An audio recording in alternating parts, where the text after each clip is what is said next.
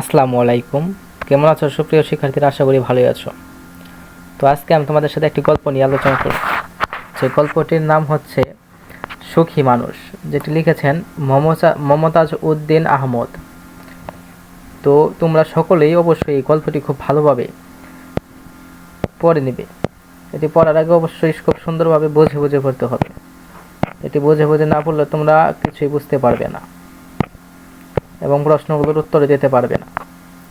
তো এটি পড়ার পর কিছুটা নিচের দিকে আসলে তোমরা বেশ কিছু সৃজনশীল প্রশ্ন দেখতে পাবে। এখানে সম্ভবত দুটি সৃজনশীল প্রশ্ন রয়েছে, একটি হচ্ছে এটি আর একটি হচ্ছে এটি। এই দুটি সৃজনশীল প্রশ্নের উত্তর তোমাদেরকে দিতে হবে এই উদ্দীপকগুলো পড়ে পড়ে। তো 1 নম্বরের উদ্দীপকটি পড়ে এখানে 4টি প্রশ্ন দেওয়া হয়েছে, 4টি প্রশ্নের উত্তর দিতে হবে। এবং দ্বিতীয় যে উদ্দীপকটি রয়েছে এই উদ্দীপকটি পড়ে এখানেও 4টি প্রশ্ন দেওয়া হয়েছে, এই 4টি প্রশ্নের উত্তর তোমাদেরকে দিতে হবে। তো চলো এই প্রশ্নগুলোর উত্তর দেখে নেওয়া যাক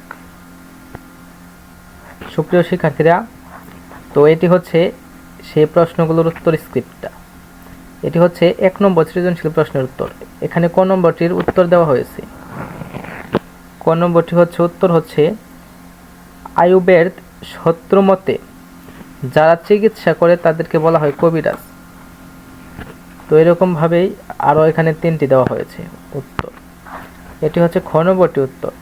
তোমরা অবশ্যই এগুলো খুব ভালোভাবে দেখে নাও এবং সম্ভব হলে খাতায় লিখে রাখতে পারো, তাহলে তোমাদের জন্য ভালো হবে।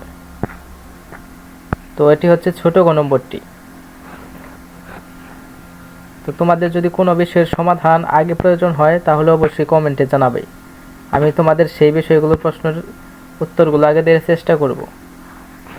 তো এগুলো খুব সুন্দরভাবে দেখে নাও।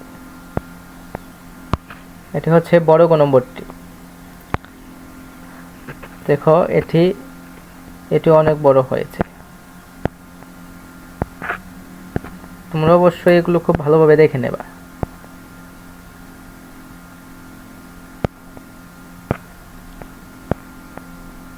এ পর্যন্ত 1 নম্বর সৃজনশীল প্রশ্নটির উত্তর। এখন এখানে শুরু হচ্ছে দ্বিতীয় সৃজনশীল প্রশ্নগুলোর উত্তর। তো দ্বিতীয় নম্বরটির এটি হচ্ছে ক নম্বর। তোমাদের যে এখানে 4টি প্রশ্ন দেওয়া হয়েছিল সেখানকার ক নম্বরটির উত্তর হচ্ছে এটি, এবং এটি হচ্ছে খ নম্বরটির উত্তর। তোমরা অবশ্যই খুব সুন্দরভাবে এগুলো দেখে নেবে এবং বাসায় বেশি বেশি প্র্যাকটিস করবে। এটি হচ্ছে ছোট ঘ নম্বর।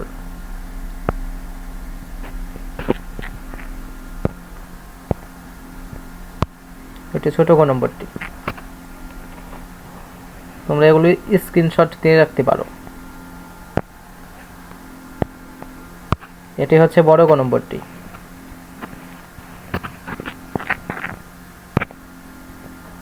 বড় গ নম্বরটি এ পর্যন্তই। তো তোমাদের যদি কোনো বিষয়ের সমাধান আগে প্রয়োজন হয় তাহলে অবশ্যই কমেন্টে বলবা।